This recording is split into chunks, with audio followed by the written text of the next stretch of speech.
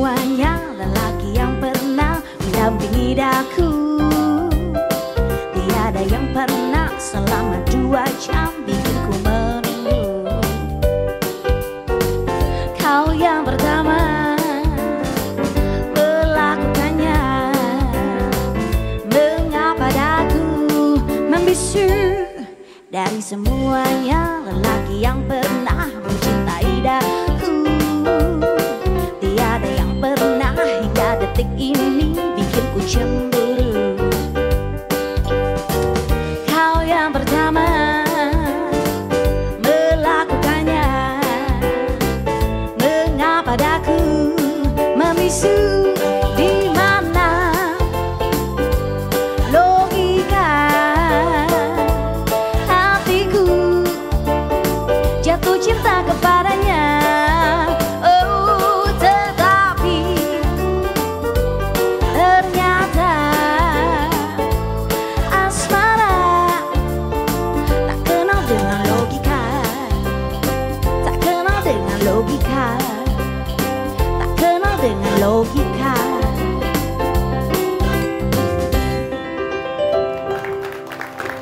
Halo pemirsa TVRI, dimanapun Anda berada, berjumpa kembali bersama saya Dr. Agung Anteja dalam acara Bincang Sehat. Nah, topik yang akan kita bicarakan hari ini menarik sekali karena saat ini juga sedang banyak kasusnya, tetapi masyarakat di rumah juga belum ngerti ya sebenarnya ini apa. Jadi saya akan mendatangkan narasumber dan di sini sudah ditemani oleh teman-teman dari Urologi Udayana RSUP Prof Ngurah ya.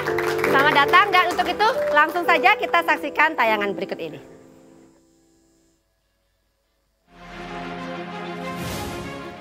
Ginjal merupakan organ yang memiliki peranan paling penting bagi kesehatan tubuh. Terdiri dari bagian kanan dan kiri, ukuran ginjal berkisar antara 10 hingga 12 cm. Sebagai organ dengan fungsi vital dalam kehidupan manusia, ginjal memiliki fungsi sebagai penyaring berbagai zat sisa metabolisme serta racun, mengendalikan keseimbangan air, garam, tekanan darah, dan masih banyak lagi. Maka dari itu, menjaga kesehatan ginjal sangat penting untuk dilakukan. Salah satu masalah kesehatan ginjal yang sering dialami adalah penyakit batu ginjal. Batu ginjal adalah endapan keras yang terbuat dari mineral dan garam asam yang mengendap dalam urin. Adanya benda padat yang melewati saluran kemih dapat menyebabkan rasa sakit dan nyeri saat buang air kecil. Perawatan seperti pereda nyeri, banyak minum air putih, atau prosedur medis dapat membantu meluruhkan batu ginjal. Meski bisa diobati, kita harus tetap waspada akan faktor pemicu masalah penyakit ini.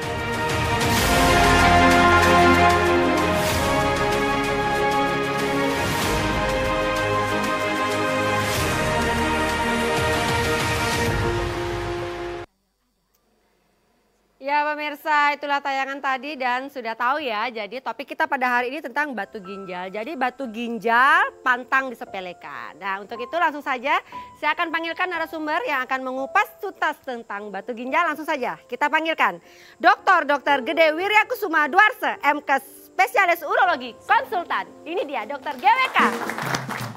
Halo, ya ampun. Apa kabar dok? Sehat? Baik, asal baik. Tos ya, gimana lama nggak ketemu ya? Beliau adalah dosen saya ya. Terima kasih dok sudah hadir, ini bawa pasukan dari urologi ya. Oke, mantap banget. Oke, topik kita pada hari ini menarik sekali dok, yaitu tentang batu ginjal ya. Sering didengar ya batu ginjal, tapi nggak tahu sebenarnya itu apa, batu ake atau apa gitu ya dok ya. Mungkin langsung saja dijelaskan dok, sebenarnya apa sih batu ginjal itu dok? Batu ginjal sering didengar tapi jangan dirasakan. Iya. Jangan sampai kita dapat. Oke. Batu ginjal itu adalah batu yang terbentuk di saluran kencing. Mulai dari ginjal, di ureter, sampai di kantong kencing, sampai di kemaluan. Sampai di kemaluan ya. Jadi itu adalah batu ginjal. Nah sebenarnya batu Batu ginjal itu apa sih dok sebenarnya dok?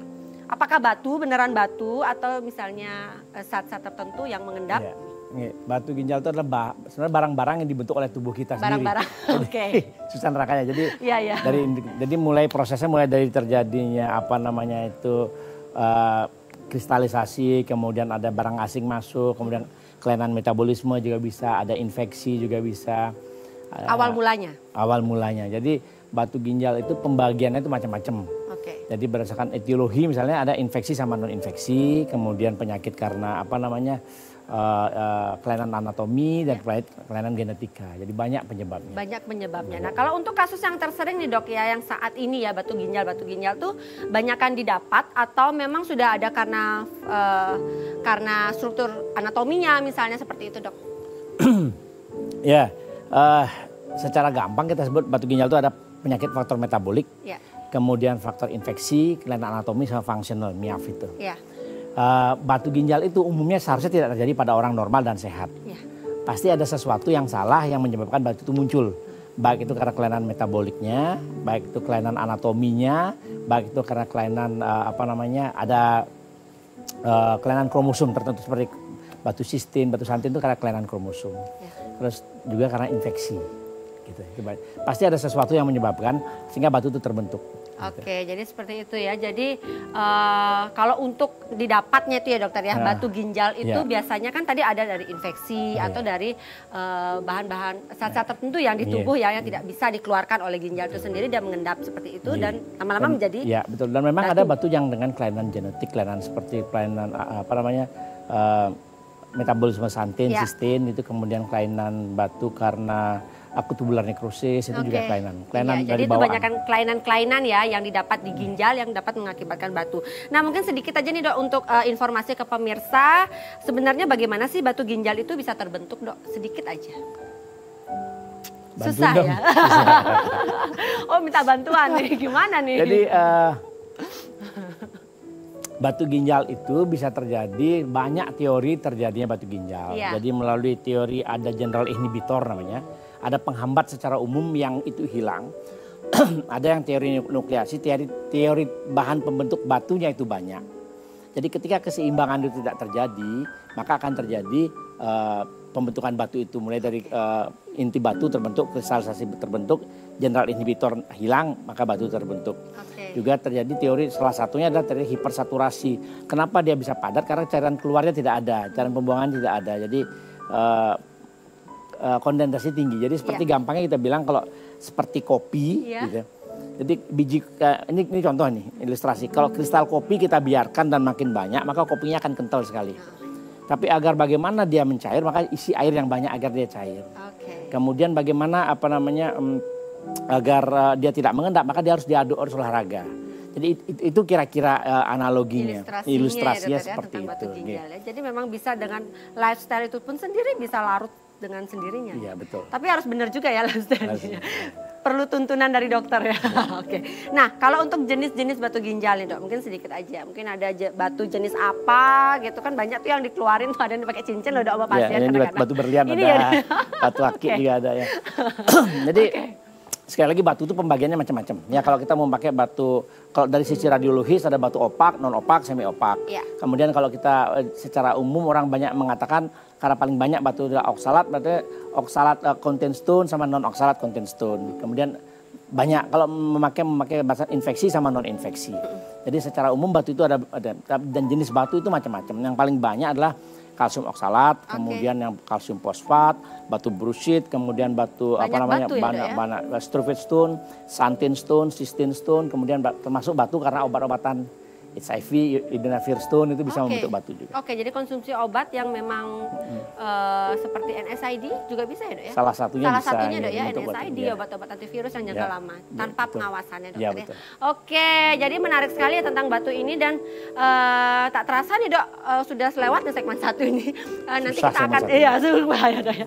Jadi kita akan lanjutkan di segmen kedua dan untuk pemirsa di rumah bagi Anda yang ingin tanya-tanya pasti udah nggak sabar ya tanya-tanya dengan dokter GWK seputaran batu ginjal. Bisa langsung menghubungi kami, tapi jangan kemana-mana karena kami akan kembali setelah pesan-pesan berikut ini. Izinkan aku untuk terakhir kalinya semalam saja bersamamu mengenang asmara kita. TVRI Bali, media pemersatu bangsa.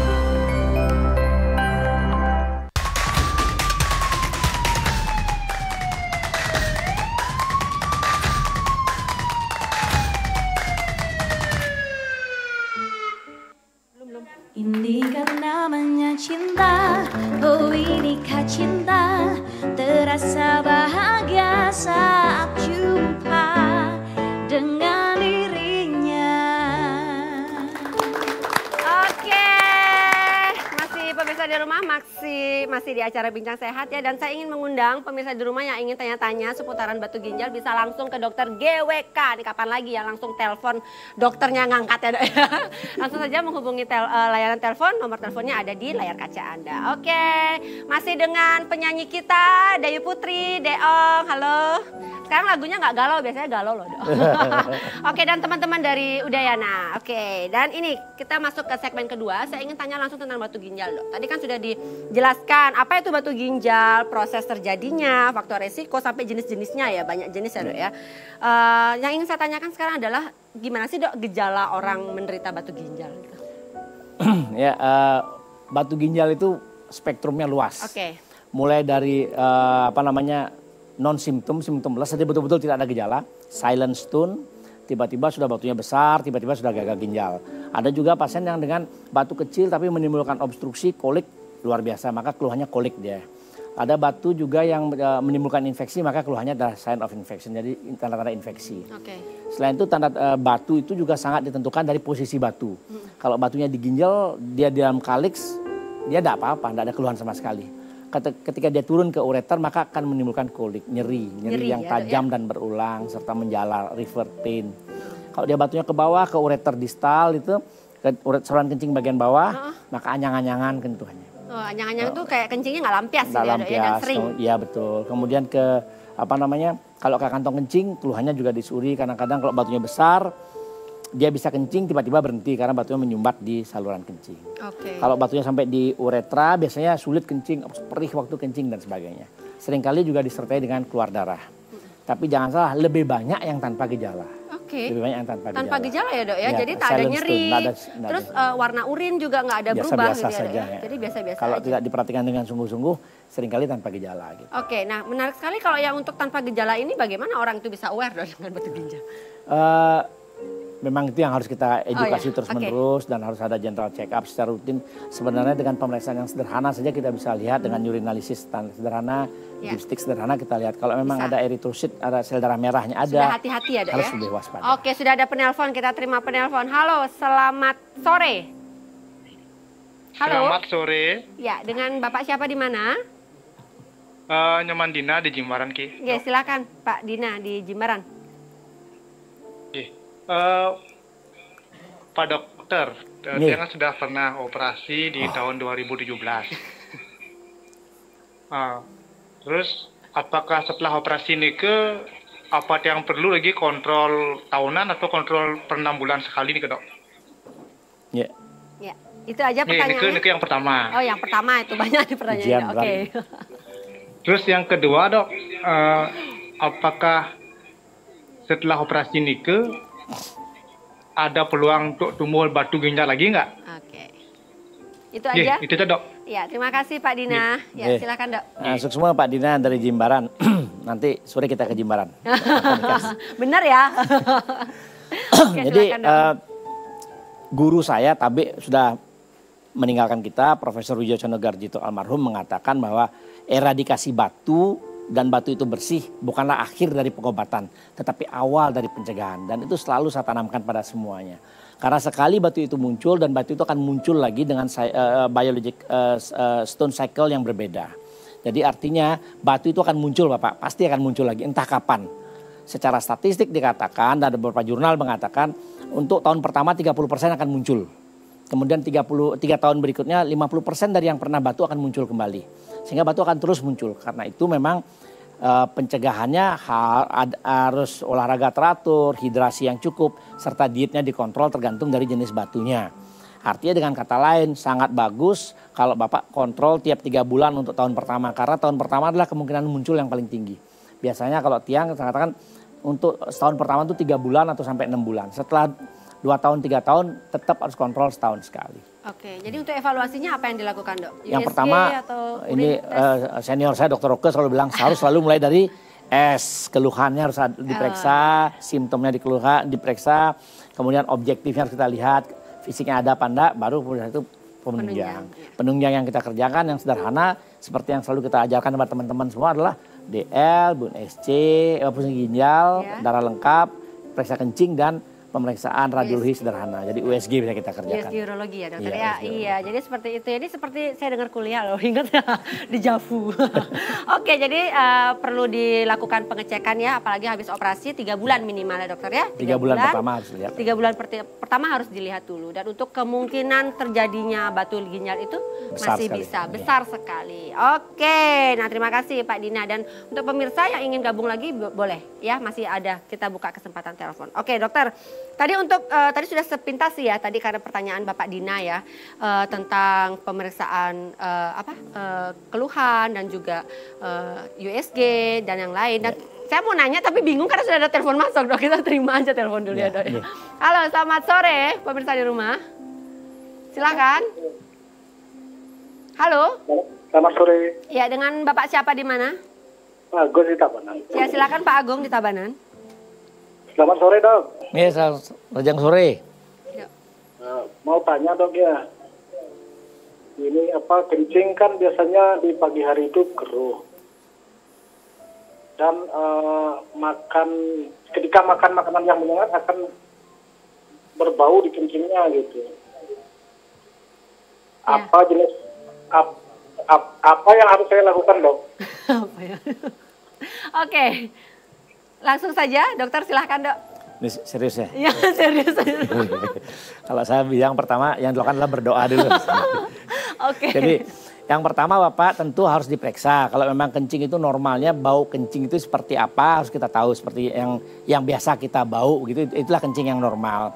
Kemudian warna kencing juga seharusnya makin lama makin bening.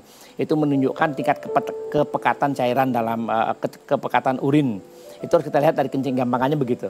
Kalau kencingnya keruh berarti ada sesuatu di sana, ada debris di sana, mungkin ada infeksi di sana, mungkin ada pecahan batu atau kristal di sana, bisa begitu ya.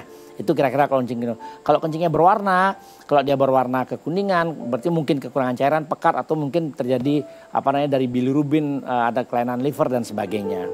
Kalau kencingnya berwarna kemerahan itu banyak, bisa karena makanan, habis makan buah naga, bisa karena vitamin, atau memang karena kencing keluar darah bisa juga. Jadi itu memang harus diperiksa. Cara yang paling gampang tentu screening tadi itu.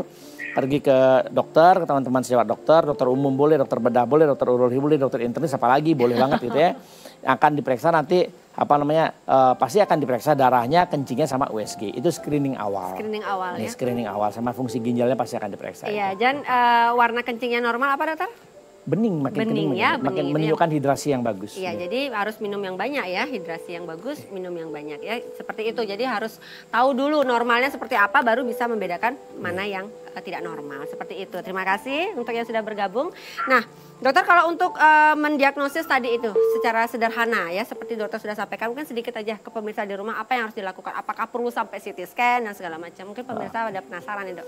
Ya, jadi untuk menegakkan diagnosis seperti yang kita selalu diskusikan dengan teman-teman adalah satu, anamnesa, pemeriksaan fisik itu Ya, harus. wawancara ke Karena, pasien ya. wawancara ke pasien, kemudian memeriksa pasien itu harus. Karena 80% diagnosa bisa ditegakkan dari pemeriksaan fisik dan anamnesa. Ya. Kemudian selanjutnya baru kita butuh pemeriksaan penunjang yang tadi disebutkan Nika. Iya, jadi pemeriksaan.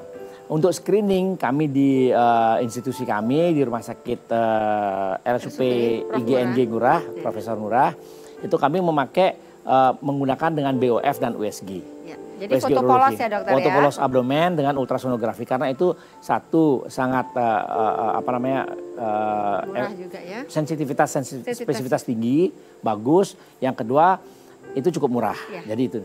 Kalau memang ada kecurigaan tertentu, kemudian ada kita akan ingin melihat komposisi batu, ingin mengukur kekerasan batu, atau kita ingin melakukan tindakan katakanlah namanya PCNL begitu untuk melihat struktur batu terhadap usus dan sebagainya. Pada saat itu kita akan mengerjakan CT scan abdomen tanpa kontras. Oke. Memang di luar itu CT scan abdomen tanpa kontras adalah baku emas untuk menegakkan batu saluran kemih saat ini. Iya, jadi sampai paling atas adalah sampai CT scan ya dokter ya. Kalau untuk sampai mengukur dan segala macam untuk dilakukan tindakan seperti itu ya dokter. Betul ya. sekali. Oke, jadi memang tidak gampang juga ya langsung gujuk-gujuk gitu ya dokter. Jadi ada tahapannya dan harus memang benar-benar diperiksakan ke dokter ya. Jadi oke, nah kalau untuk komplikasi dari batu ginjalnya apa aja dok? Kalau tidak diobatin atau tidak dihancurkan?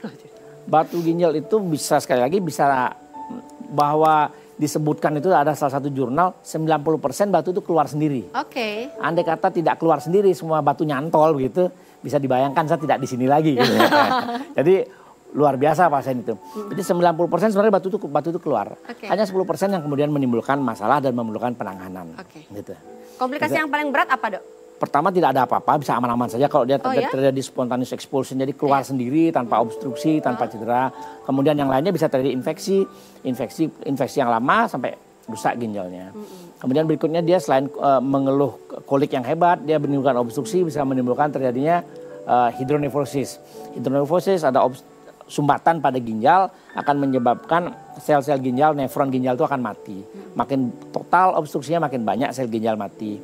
Makin lama obstruksinya makin banyak sel ginjal mati. Kemudian kalau dia turun ke bawah lagi bisa keluar darah, hematuri dan sebagainya. Kalau perdarahan lama jangka panjang tentu akan terjadi anemi dan sebagainya. Kalau dia nyumbat di uretra, kencing tidak bisa, kesakitan dia, teriak-teriak. Jadi seperti itu ya komplikasi-komplikasinya. Nah kalau untuk biar nggak sampai batu ginjal nih dok ya sedikit ya. Oh ya maaf, terakhir ujung-ujungnya adalah gagal ginjal. Gagal ginjal. Jadi gagal ginjal terminal ya yang bisa sampai terminal memerlukan hemodialisis ya atau cuci darah. Nah kalau untuk pencegahannya nih gimana dok? Mungkin pemirsa di rumah kan pada takut jadinya udah denger-denger gini. Wah santai aja. Santai aja katanya keluar sendiri katanya. Keluar sendiri. Insiden-nya tidak banyak, ada nulis 1%, ada bilang 20% dari populasi. Laki-laki 3 banding 1 lebih banyak laki-laki daripada perempuan gitu ya. Mungkin dari adik-adik di sini, teman-teman di sini mungkin dari 15 orang ini belum ada yang batu ginjal ya. Kecuali ginjal-ginjal aja gitu ya. Ginjal aja. Jadi insiden tidak terlalu tinggi. Asal kita hidup sehat, hidup normal, kemudian itu minum yang banyak, olahraga minum air yang banyak. Ya, bukan minum. Astongkara akan normal. Disebutkan ada salah satunya untuk general precautionnya adalah keluar air urin itu di atas 2 liter. Di guideline kita yang baru 2,5 liter urine output per hari itu aman sekali. Aman ya. Aman. Jadi, tapi inputnya juga harus 2 lebih ya. Nah, jadi kan kita ada yang namanya insensible water loss itu berarti kita lebih lah. Kurang lebih kita minum 3 liter itu aman dengan olahraga yang teratur sehingga badannya six pack seperti saya begini ya. Tapi hati-hati loh dok, minum kalau pasien-pasien dengan gangguan jantung. Ya. Nah itu memang itu untuk orang yang sehat, untuk orang yang normal. Ya? Orang yang masih normal sekali emang seperti itu yang kita buat dietnya, kurangi garam-garam, kurangi diet protein yang terlalu tinggi seperti itu. Itu umumnya aman. Aman ya. Memang aturan ini tidak berlaku pada pasien-pasien dengan gagal ginjal kronis atau pasien-pasien dengan kelainan kardiovaskuler. Iya, jadi seperti itu. Jadi simpel aja ya, yang masih sehat ya harus minum air putih, paling murah, paling sehat seperti itu ya dokter ya. Oke, pemirsa di rumah, nah, bagi Anda yang masih ingin konsultasi ya masih bisa karena kami masih membuka layanan telepon. Tapi jangan kemana-mana karena kami akan kembali setelah pesan-pesan berikut ini. Oh Tuhan, ku cinta dia, ku sayang dia, rindu dia, inginkan dia.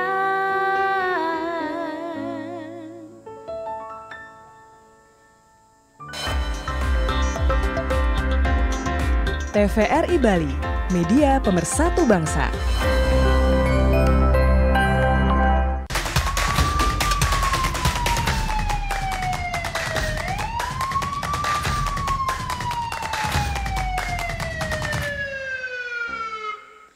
Aku pasti bisa menikmati semua dan menghadapinya. Aku yakin pasti bisa. Oke, pemirsa di rumah, masih dalam acara Bincang Sehat dan saya masih ditemani oleh narasumber Dr. GWK, spesialis urologi konsultan ya. Dokternya terkenal loh dok sebenarnya dok. Dokternya nggak tahu ya. Ganteng, wow keren. Oke dokter, dan kita sudah sampai di segmen ketiga. Ini adalah segmen di mana pertanyaan-pertanyaan sudah kita tampung dari pemirsa di rumah sebelumnya. Jadi ini adalah keluhan-keluhan pemirsa di rumah yang sudah kita tampung ya. Dan sebelum itu saya juga ingin mengundang pemirsa di rumah yang masih ingin konsultasi dengan dokter GWK bisa langsung menghubungi kami di layanan telepon yang sudah ada di layar kaca Anda. Oke, kita langsung saja buka Q&A yang pertama ya, question yang pertama, silakan. Ini dia pertanyaan yang pertama, dokter saya penderita batu ginjal, boleh nggak sih dok penderita batu ginjal makan mie instan? Waduh, mie instan disalahin nih dok, gimana deh? Tutup dagang mie. Gimana dok? Ini jawabannya sulit ya. Sulit ya? Nggak ada di literatur soalnya. Oke. Mie instan. Oke. Gimana dok ini penjelasannya dok? Sebenarnya yang harus diperhatikan adalah ada tidaknya bahan-bahan pengawet yang di sana. Kemudian yang harus dilihat lagi adalah adanya unsur garam di sana karena diet tinggi natrium itu akan menyebabkan terjadinya batu saluran batu saluran kemih. Jadi lihat komposisinya. Saya juga tidak memperhatikan mie instan itu ada komposisi garam tinggi apa enggak, kemudian pengawetnya ada apa enggak, micinnya ada apa enggak, banyak apa enggak. Nah itu yang berpengaruh terhadap perlu tidaknya kita hindari untuk jadi batu saluran kemih. Iya, jadi kalau untuk berlebihan juga karena kandungan garam mungkin agak tinggi ya tidak baik juga ya dokter ya. Memang ada sih literatur yang mengatakan kalau dengan pengawet yang terlalu tinggi akan menyebabkan kerusakan ginjal. Iya, jadi memang tidak baik juga ya untuk terlalu banyak sekali-sekali nggak apa-apa lah dok ya. Boleh. Boleh. Oke, nah kita lanjut saja. Jadi sudah jelas ya ini sebenarnya ini boleh aja ya, tapi ya tidak terlalu banyak seperti itu dokter ya. Oke, kita lanjutkan ke question selanjutnya. Ini dia. Dok, saya penderita batu ginjal. Pertanyaan saya, apakah boleh saya minum kopi sehari secangkir dan makan tempe? Waduh. Ya. Ini pertanyaan yang umum yang akan kita terima, dari teman-teman pasien yang pernah menderita batu. Jadi kalau kita lihat yang banyak mengandung oksalat itu adalah coklat, teh itu banyak mengandung oksalat, vanila banyak mengandung oksalat. Kopi dikatakan mengandung oksalat tapi tidak terlalu banyak sebenarnya. Jadi boleh-boleh saja. Ya, kopi yang pure kopi ya. Jadi kopi yang fresh habis diurek sendiri gitu ya. Nanti kita minum kopi bareng-bareng itu aman. Itu aman sekali ya.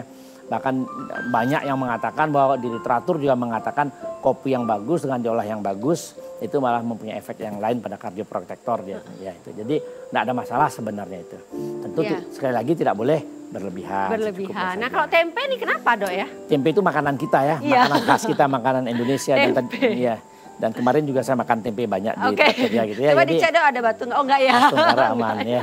Jadi begini, memang secara teori bahwa tempe, kacang, tahu, tempe, kedelai itu banyak menimbulkan batu asam urat. Jadi pada kondisi-kondisi tertentu, bahkan dengan gangguan metabolisme asam urat atau batu asam urat, diperhatikan hati-hati dan kita harus lihat itu kondisinya. Oke, jadi seperti itu. Boleh saja tapi asal tidak berlebihan. Iya, jadi memang kalau untuk kacang-kacangan itu secara tidak langsung itu adalah faktor risiko untuk asam urat. Ya, asam urat. Oke, dan sudah ada telepon yang masuk, kita terima terlebih dahulu. Halo, selamat sore. Halo?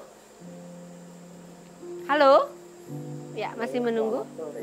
Ya, sudah masuk silakan. Selamat sore. Halo. Ya, dengan Bapak siapa di mana? Halo, selamat sore. Silakan dengan Bapak siapa di mana? Dari Kadek Baru di Tuli. Ya, silakan Bapak Kadek. Halo, mau nanya dok. Nggih. Halo, selamat sore dok. Sore-sore Pak Kadek, nggih. Ini saya hampir sudah 5 tahun sakit pinggang dok. Nggih. Terus? Ya. Dari Review Singaraja. Ya. Halo dok. Ya, terus Pak. Nggih. Ada lagi keluhan yang lain selain sakit pinggang, Pak? Hampir 5 tahun mengalami sakit pinggang dok. Ya, terus nggih. Oke. Mungkin agak itu delay. Aja datanya nggih. Agak delay ya. Tapi saya sering ini minum obat. Bisa sebut nama obatnya dok? Ya. Terus bagaimana Pak? Kandungannya boleh, komponen, tapi merek dagangnya jangan. Obatnya Potade tuh. Apa bilang? Dexamethasone. Nampaknya PKD gitu. Iya, ya. Terus bagaimana Bapak? Oh, jadi keluhannya ginjal. Minum obat itu rasa nyeri di pinggang itu agak ringan dikit. Gitu. Oke, jadi ya. Ya, oke. Apakah ada itu gagal ginjal? NSAID, Dok, NSAID. Iya, nggih. Oke. Terima kasih Bapak Kade, langsung dijawab oleh dokter ya. Ya, terima kasih banyak. Yang nomor satu Bapak nyeri pinggang nih banyak sebabnya ya. Banyak sebabnya. Salah satunya itu memang batu di saluran kencing bisa, di ginjal bisa, infeksi pada ginjal juga bisa. Kemudian karena kelainan tulang belakang juga bisa. Yang paling banyak itu dari otot-otot juga bisa. Jadi tulang belakang yang mulai tumbuh tulang liping, bridging pada tulang belakangnya juga akan nyeri. Selain itu banyak juga saraf kejepit juga bisa. Banyak sekali sebabnya. Tentu kita harus cari sumbernya, apa sebabnya. Jadi tidak harus semua dihantam dengan obat-obat seperti itu. Kemudian pada wanita bisa juga karena kelainan di kandungannya juga bisa. Pelvic inflammatory disease, penyakit infeksi di radang panggul juga bisa. Jadi banyak penyebab orang sakit pinggang. Jadi tidak boleh langsung dihantam dengan obat seperti itu. Obat yang Bapak sebutkan itu kalau tidak salah itu NSAID. NSAID sendiri juga bahaya nih Bapak. Pemakaian jangka panjang pada NSAID akan mengganggu pembekuan darah, bisa menyebabkan erosi pada lambung, bisa perdarahan pada lambung, juga bisa ada penyakit dalam, juga bisa menyebabkan induced diabetes segala macam. Jadi banyak masalahnya nih ya. Jadi sebaiknya sumber penyakitnya dicari, setelah itu baru kita lakukan penanganan definitif. Bukan hanya penanganan keluhannya saja, dan itu berbahaya. Iya, jadi tidak semata-mata menghilangkan keluhan nyeri aja Dok ya. Jadi kita harus cari sumber penyakitnya. Dan ada baiknya Bapak harus pergi ke dokter ini untuk memeriksakan kondisi Bapak ya, lebih lanjut seperti itu. Jadi sedikit aja Dok, mungkin pemirsa juga bingung ya Dok ya, kapan sih seharusnya nih ke dokter gitu ya. Jadi ya kalau udah baru nyeri pinggang dikit langsung ke dokter atau kapan gitu Dok? Ya. Enaknya memang ini sulit ya. Karena seperti sempat gitu ya.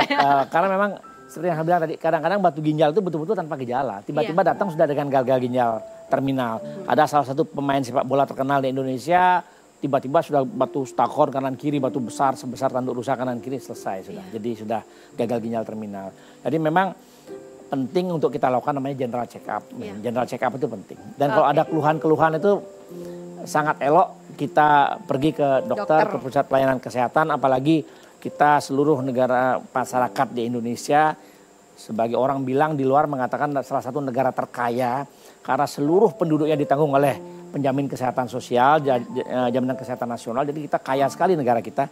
Jadi kita semua ditanggung. Itu tidak sulit untuk ke pusat pelayanan primer, itu tidak ada sulit. Jadi seharusnya sekali waktu datang ke sana untuk check up gitu. Check up aja seperti itu ya. Oke, sudah jelas pertanyaannya dan jawabannya juga sudah jelas ya dokter ya. Kita lanjutkan ke question and answer selanjutnya. Silakan Dok. Ini Dok, pertanyaan berikutnya. Dokter, saya pria usia 45 tahun sering sakit pinggang setelah dicek ternyata ada batu ginjal. Nah, dokter menyarankan operasi tapi saya masih takut. Pertanyaannya, apakah batu ginjal bisa keluar sendiri melalui urin berhubung batu ginjal saya masih kecil? Terima kasih. Ini juga pertanyaan yang lazim akan ditanyakan oleh pasien kita. Ya. Jadi ada namanya medical expulsion therapy. Jadi kita terapi medis agar batu itu bisa keluar. Kapan itu bisa kita lakukan? Kalau batunya ukurannya kurang dari 5 mili. Di guideline kita 5 mili. Ada beberapa yang pakai cut off 4 mili. Jadi batu kurang dari 5 mili kita harapkan dia bisa keluar. Selama tidak ada infeksi, tidak ada obstruksi, tidak ada hidronefosis, tidak ada nyeri yang hebat. Itu kita masih bisa bercoba dia untuk bisa keluar sendiri. Dengan cara yaitu olahraga, hidrasi. Kalau nyeri kita akan berikan obat-obatan penahan nyeri termasuk untuk membuka saluran kencing saluran bawah. Jadi kita berikan alpha blocker dan sebagainya. Jadi kalau batunya kecil kita masih bisa lakukan dengan obat-obatan selama tidak ada komplikasi. Tapi kalau batu besar sampai di atas 5 mili sampai 1 cm masih bisa keluar tapi dengan upaya yang lebih sulit dengan probability yang lebih rendah. Kalau batu di atas 1 cm itu dikatakan hampir tidak mungkin bisa keluar. Di sana kita akan membutuhkan tindakan yang lain. Bisa keluar tapi akan merusak jaringan sepanjang perjalanan, itu akan banyak kerusakan yang akan ditimbulkan. Karena sudah terlalu besar ya dokter besar, ya. Dan salurannya juga pun kecil jadi seperti itu ya. Jadi cut off-nya dipakai 0, kita pakai 5 mili. 5 mili ya. Dan itu pun harus dimonitor follow up dengan bagus 2 minggu sekali kita lihat USG-nya ada hidronefusis apa Dengan enggak. bantuan obat-obatan atau cukup dengan air putih? Kita lihat, kalau Kita memang dia nyeri kita kasih analgetik, spasmolitik, spasmolitik maksud saya. Ya. Kemudian kalau dia masuk ke ureter distal maka kita berikan alpha blocker untuk membuka batu di bawah agar bisa keluar. Oke, jadi seperti itu. Jadi bisa ya tanpa operasi tergantung ukuran dan letaknya juga ya dokter. Serta komplikasi yang sudah ada apa enggak gitu. Oke, dan komorbid juga ya dok ya, Ya, pasien-pasiennya. Oke, jadi seperti itu. Ya mungkin dokter agak maju sedikit dokter. Iya, oke. Dokter mundur-mundur terus aja, jadi mundur-mundur juga nih. Takut ya? Takut ya. Oke, kita lanjutkan ini ke question selanjutnya. Ini dia. Nah ini dia, selamat malam dokter, ayah saya sudah mengalami batu ginjal selama 2 tahun. Batu ginjalnya pas di USG kecil-kecil. Melihat usia ayah saya yang sudah lanjut usia, saya khawatir kalau misal harus dioperasi. Apakah ada cara untuk menghancurkan batu ginjal tanpa operasi? Nah hampir semua pasien pasti nanya kayak gini, takut operasi dok. Ya jadi kalau batu ginjalnya kecil tentu yang kita harapkan adalah batu itu bisa keluar. Itu yang nomor 1 yang kita harapkan. Memang ada beberapa komposisi batu yang bisa kita hancurkan dengan medikamentosa. Contohnya adalah batu asam urat. Itu kita bisa melakukan dengan alkalinisasi urin namanya. Kita memakai bignat, natrium bikarbonat, kita bisa hancurkan seperti itu. Pada beberapa batu tertentu bisa kita bantu dengan tiasit dan sebagainya. Tapi kalau memang sudah ada batu dan sudah terbentuk batu, memang seharusnya keluar gitu. Itu kita harapkan dan kita harus lihat dia bisa keluar apa tidak. Gitu. Jadi kalau memang tentu kita sangat menilai klinis pasien. Jadi ketika kita melihat pasien kita harus dia lihat holistik sebagai satu manusia. Jangan dia mikirin batunya saja. Kalau memang sudah umurnya 100 sekian, vegetatif, sudah tidak bisa ngapa-ngapain. Yang penting tidak ada obstruksi, tidak ada infeksi, kita tentu akan bertimbang terapi-terapi yang lain. Oke, jadi memang dilihatnya secara keseluruhan ya dokter ya, tidak semata-mata batu tidak ya. Dan kalau memang sudah indikasi harus dilakukan operasi, nggak usah takut ya dok ya, karena banyak yang takut ya. Sekarang kan teknik operasi juga sudah canggih-canggih ya dok ya. Ya untuk penanganan batu nih, kita kebetulan di Bali ini semua kabupaten sudah terisi ahli bedah, juga terisi ahli urologi dan sudah cukup banyak dan hampir semua rumah sakit juga memiliki ahli bedah dan ahli urologinya. Jadi penanganan batu itu sudah dilakukan secara holistik. Dan hampir di semua kabupaten kita juga kita bisa melakukan penanganan batu itu dengan baik itu dengan tindakan pembedahan ataupun dengan tindakan minimally invasif. Jadi ada yang batu hanya dengan gelombang kejut saja, ada yang dengan teknik endoskopi minimal yang namanya ureteroscopy atau vesiculative tripsy, ada yang kita bisa hancurkan dengan PCNL atau dengan laparoskopi, banyak keyhole surgery. Jadi banyak modalitas terapi batu yang tidak harus dengan eksisi yang lebar. Gitu. Iya, jadi tidak usah takut ya dokter ya, karena memang sudah ada indikasi dan tekniknya juga sudah maju juga saat ini ya dokter. Dan keberhasilannya juga tinggi ya dokter. Sangat tinggi. Sangat tinggi. Jadi nggak usah takut ya kalau yang memang harus operasi, kadang-kadang takut, oke? Dan untuk pemirsa di rumah, bagi Anda yang masih ingin bertanya dengan dokter GWK masih bisa karena kami akan membuka layanan telepon, tapi jangan kemana-mana karena kami akan kembali setelah pesan-pesan berikut ini. Semua kata rindumu semakin membuatku tak berdaya menahan rasa ingin jumpa.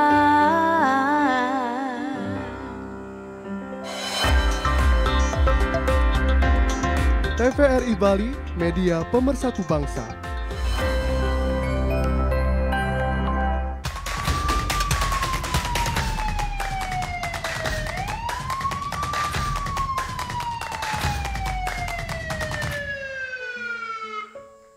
Kukira kita akan bersama, begitu banyak yang sama, latarmu dan latarku. Masih dalam acara Bincang Sehat ya, dengan topik kita tentang batu ginjal dan saya udah ditemani oleh dokter GWK, spesialis urologi yang beken ya dok ya. Oke, dan masih ditemani oleh teman-teman dari urologi Udayana. Terima kasih kehadirannya. Oke, dan ini kita sudah sampai ke segmen terakhir, yaitu segmen yang sangat menegangkan dok, di mana di sini dokter harus meluruskan statement-statement di masyarakat. Oke, jadi ini adalah segmen mitos atau fakta. Oke, langsung saja kita buka statement pertama. Di belakang dok, silakan. Menahan buang air kecil bisa memicu batu ginjal, mitos atau fakta? Putar balik lagi depan, Dok. Oke. Jangan ke belakang terus. Mitos, tetapi Mitos. ada faktanya. Loh, Susah ya. mitos atau Jadi fakta? mitos. Jadi kalau orang normal tidak akan pernah bisa nahan air kencing. Ya. Tetapi kencing tidak bisa keluar ya betul. Kalau ada kelainan struktur atau kelainan BPH atau kelainan batu di bawah, maka kencing tidak keluar. Itu akan terjadi batu kalau ada BPH. Itu faktanya. Tapi mitos nahan kencing itu susah ya. Dan memang nahan kencing itu tidak boleh. Kita harus nahan kencing, artinya kita Tidak dianjurkan ya, Dok? dianjurkan. Kita storage kita, blast capacity kita tuh 300 sampai 400 cc. Jadi itu gunanya untuk nahan kencing. Jadi produksi kencing kurang lebih 1 cc per kilogram per jam. Kalau berat badan 60 kan 6 jam, 5 jam. Jadi selama 5 jam kita bisa beraktivitas, setelah itu baru kencing.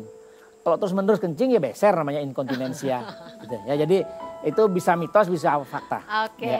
tapi kalau menahan air kencing? Mitos. Mitos ya, jadi mitos sudah dijelaskan mitos ya. Oke, kita lanjutkan ke statement selanjutnya. Ini dia, putar lagi, Dok.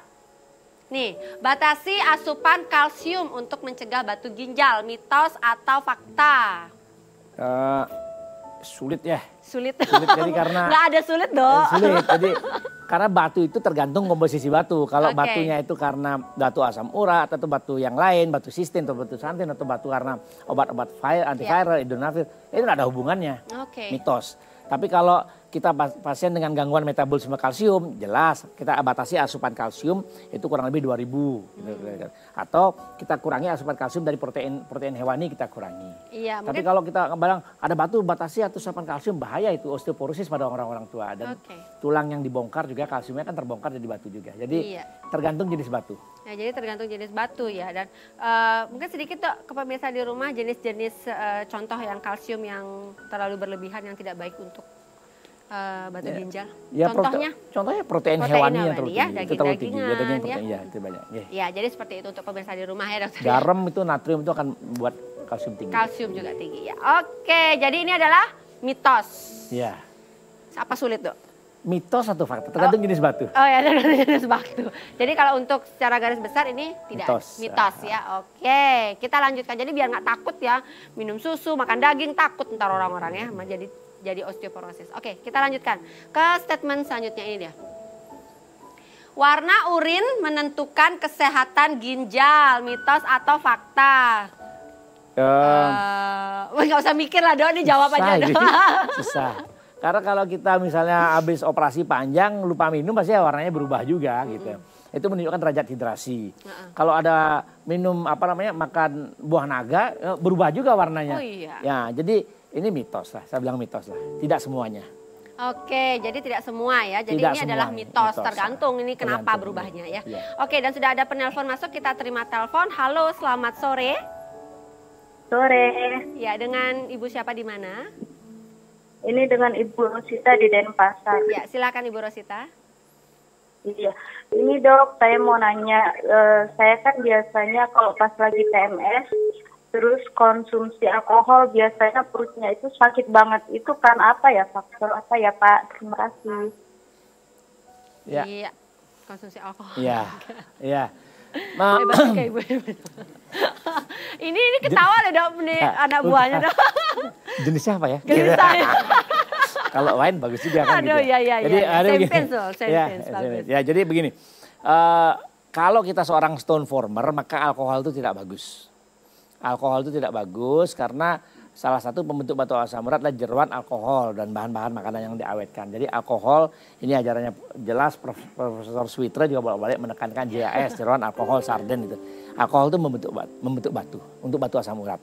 Tapi kalau bukan batu asam urat, di luar konteks keagamaan, di luar konteks penyakit yang lain, dia tidak ada hubungannya sama batu. Nih. Ya, Kalau dia bukan batu asam urat ya, kalau Ya, asam urat nih. ya, jadi seperti itu ya. Jadi gimana, Dok? Kalau ke batu, kalau memang ada riwayat batu ya sebaiknya jangan. Sebaiknya jangan ya. Jadi kalau memang tidak ada riwayat batu ya sikit-sikit nggak apa-apa lah, Dok, ya. Ini live nih. No Live, comment. Enggak, bukan. Jadi apa namanya? Minum air putih maksudnya. Ya. Aduh, saya dijebak ini. Oke, kita lanjutkan ini tentang warna urin menentukan kesehatan ginjal. Jadi Mitos, Mitos, tergantung. tidak semuanya. Ya. Oke, dan ini kita lanjutkan ke statement selanjutnya ini. Statement selanjutnya, batu ginjal selalu disertai gejala sakit punggung. Ini yang paling gampang jawabannya adalah mitos. Ya. Ini ragu-ragu loh dok jawabnya tadi dok. Berani. Oh berani ya. Semua. Nah gimana? Mitos. Mitos ya Pasti dokter mitos. ya? Pasti mitos ya. Karena kata-kata selalu itu jelas enggak? Selalu iya, jadi tidak selalu ya. Tidak selalu. Tapi kalau batu ginjal dapat menyebabkan sakit pinggang, iya. Benar, tapi selalu mitos. Tadi ragu-ragu loh dok, beneran? Nah, itu ya. Iya. Soalnya harus lebih lama baca. Oh gitu. Lebih ditelaah. Jadi nggak selalu Iya. bisa tanpa gejala. Tadi sudah bolak-balik dibilang sama dokter GWK bisa tanpa gejala. Oke. Jadi mitos semua ya, nggak ada yang fakta ya. Oke, masih ada statement. Oke, kita lihat statement selanjutnya ini dia. Minum air kelapa rutin mampu mencegah batu ginjal, mitos atau fakta? Saya karena tidak pernah baca literaturnya, saya katakan mitos. Mitos. Saya tidak pernah baca literaturnya. Mohon maaf. Iya, jadi minum air kelapa rutin ya. Jadi. Tapi kalau yang bahan dari alam, selama itu bahan dari alam dan bagus tuh umumnya bagus. Okay. Apalagi yang kita butuhkan adalah cairan. Cairan untuk mendorong batu keluar itu bagus pasti. Iya, tapi hati-hati juga ya dokter ya. Kalau kelainannya itu. Ya. Ada kelainan ginjal ya minum air kelapa tapi terlalu apakah banyak. dia bisa menyebabkan batu saluran kencing, mencegah batu saluran kencing air kelapa? Saya belum pernah baca literaturnya. Oke, jadi ini adalah mitos ya dokter ya. Jadi memang belum ada literaturnya. Oke, kita lanjutkan. Mitos semua nih dok, swear dok. Oke, kita lanjutkan ini ke pertanyaan selanjutnya ini. Ginjal yang bermasalah dapat dirasakan secara fisik, mitos atau fakta? Susah juga ya. Bisa dirasakan, bisa enggak. Jadi semuanya bisa ya, bisa enggak. Jadi kalau memang dia kolik ya dirasakan, kalau dia enggak kolik enggak dirasakan. Oke, jadi harus kata-kata selalunya baru selalunya. mitos. Oke, jadi ini adalah 50-50. 50-50, oke. Jadi tergantung ya. Oke, ini dok tak terasa nih loh 1 jam udah perjumpaan kita. Ya.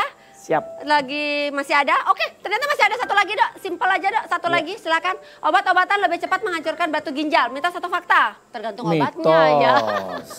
Mitos, tergantung obatnya sudah bolak-balik ya. Kalau kita mencegah mitos itu ya, tergantung kita kalau batu untuk mencegah memang ada seperti tiasid dan sebagainya. Kalsium sitrat, potasium, pokoknya sitrulin itu bisa. Oke, nah tak terasa ini sudah 1 jam dok. Mungkin sedikit pesan singkat pada pemirsa di rumah yang belum sempat menyaksikan, silahkan dok. Singkat, jelas, padat. Ya, hidup sehat, olahraga teratur, diet dikontrol dengan baik dan menikmati hidup secara proporsional, bahagia, aman-aman saja. Oke, jadi tetap ya minum air putih yang banyak selagi masih sehat. Iya. Iya, dan terasa sudah 1 jam perjumpaan kita pada sore hari ini. Terima kasih dokter GWK beserta teman-teman dari Urologi Udayana. Tepuk tangan sekali lagi sudah hadir di studio TVRI. Terima kasih. Oke, dan akhir kata pemirsa di rumah, saya Dr. Agung Anteja mewakili seluruh kerabat yang kerabat kerja yang bertugas, tuh beribet ya. Dan saya mewakili dokter GWK, mohon undur diri. Kita jumpa lagi di lain kesempatan. Dan langsung saja kita saksikan Bintang Risanda. Selamat malam dokter. Yuk dansa dok.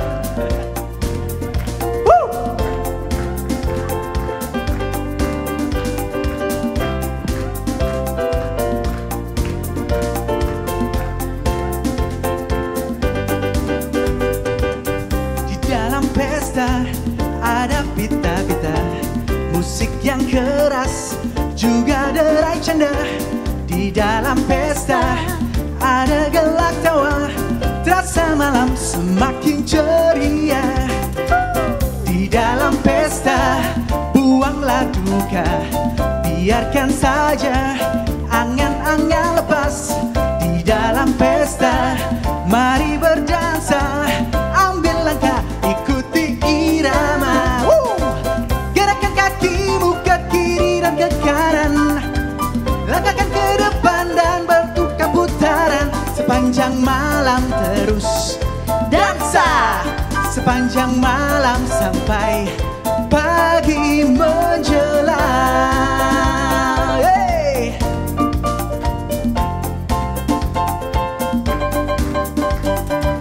Di dalam pesta ada pita-pita, musik yang keras juga derai canda. Di dalam pesta ada gelak tawa, terasa malam semakin ceria. Di dalam pesta buanglah duka, biarkan saja angan-angan jangan lepas. Di dalam pesta, mari berdansa, ambil langkah, ikuti irama. Gerakkan kakimu ke kiri dan ke kanan, langkahkan ke depan dan bertukar putaran. Sepanjang malam terus dansa, sepanjang malam terus pesta. Ayo, gerakkan kakimu ke kiri dan ke kanan, langkahkan ke depan dan bentuklah putaran. Sepanjang malam terus dansa, sepanjang malam terus pesta.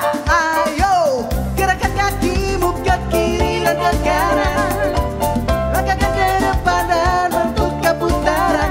Sepanjang malam terus dansa, sepanjang malam terus pesta. Ayo, gerakkan kakimu ke kiri dan ke kanan, langkahkan ke depan dan bentuklah putaran. Sepanjang malam terus dansa, sepanjang malam terus pesta. Ayo, gerakkan kakimu ke kiri dan ke kanan,